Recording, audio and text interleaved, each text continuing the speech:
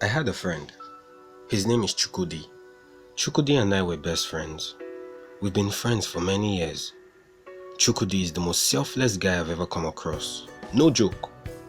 This guy could give his transportation fare to a total stranger and choose to walk home. But his selflessness didn't mean he was immune to stubbornness or stupidity. He often made choices which got him into trouble, but his gentle nature was always able to get him out of trouble. Chukudi and I both came from poor homes. Amidst all the lack we lived in, not even for one day did we think of doing anything illegal. If there was one thing Chukudi and I feared, it was having our freedom taken away, so we did everything possible to stay out of trouble. We both saw education as the key to living a better life, so we made sure to always have the best results in school. There was something Chukudi had that I wanted so badly, but I knew there was no way I could ever get what I wished for. And this thing I wanted so badly was Chukudi's sister. Her beauty was angel-like. When she smiled, it felt like the whole world was moving in slow motion. Yes, I was crazy about her, but being with her was a huge and mighty no. Even if there was a way on God's green earth for her to feel the same way I do, her parents would instantly kick against it. Her name is Ada, by the way. Over time, I got to understand that Ada's parents saw her as their one-way ticket out of poverty. So they were very protective of her. They weren't just going to allow any broke guy jump in and steal her heart.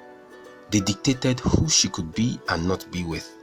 After rejecting the many guys who came to ask for her hand in marriage, they finally got what they wanted. To cut the long story short, Ada got married to a very wealthy guy. As in, this guy had money. The type of money I could only see in my dreams. I often wondered how he made his money, but I couldn't just figure it out. For some reason, he preferred giving money to people over teaching them how to make money. I found this to be totally weird. Even when Chukudi asked him about his business, he couldn't say anything concrete. He just kept beating around the bush. But when Chukudi asked his in-law for money, he was quick to give it to him. Come to think of it, Chukudi's parents' plan actually worked. Their in-law definitely erased poverty from their lives. Ada, who was Chukudi's sister, had been married to this rich guy for 3 years now. They traveled a lot and carelessly spent so much money that made me wonder about the source of his wealth. Months later, Chukudi and I had an exam to write in Ibadan, so we had to travel. We were in Ibadan for a few days. We had a little bit of fun. Obviously, this was facilitated by the money his in-law gave him. We really enjoyed being in Ibadan. While we were there, Chukudi's in-law had a habit of calling him several times, always wanting to find out his whereabouts. I found this to be very disturbing, but Chukudi felt his in-law was just looking out for him because he had never been to Ibadan before.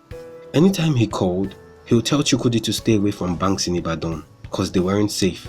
I guess that's why his in-law gave him a lot of cash to last him a long time. I needed to transfer money to someone, but the transaction failed, so I had to go to the bank the next day. I asked Chukudi to come with me, but he was reluctant to. But eventually, he agreed to come with me. At the bank, I filled the form I was given and waited to submit it. All of a sudden, we heard a loud noise, boom, followed by a series of gunshots. Before we could make a move, the robbers were already in the bank. They asked us to kneel down, which we did. I began to plot our escape because I had no idea how things were going to turn out. These bank robbers weren't joking at all. They meant business. It was obvious that this wasn't their first time of doing something like this. Every move the robbers made was well thought out and planned. After getting access to the bank's vault, they came out with bags of money. The guy we perceived to be the head of the robbers was speaking. And I don't know what got into Chukudi, but he looked up and he saw that the head of the robbers was his in-law. He called out his name in shock. "Chinedu, is this you? What are you doing?" Chinedu, his in-law, in shock, also said, Chukudi, what are you doing here? Why can't you just listen to simple instruction? I told you not to visit any bank. Oh God, why? Why didn't this boy just stay at home? In the blink of an eye, his in-law pulled out a gun and said, Chukudi, I'm sorry, it wasn't meant to be this way. Then he shot him several times. My head went cold. I couldn't believe what I just saw. I wanted to run to my friend, but I couldn't. I knew that his in-law would kill me if he felt I knew Chukudi. So I stayed there and watch my friend bleed out. It's a really sad story. Come to think of it, Chukwudi's parents' plan actually worked. Ada's husband erased poverty from their lives and also erased their only son in the process.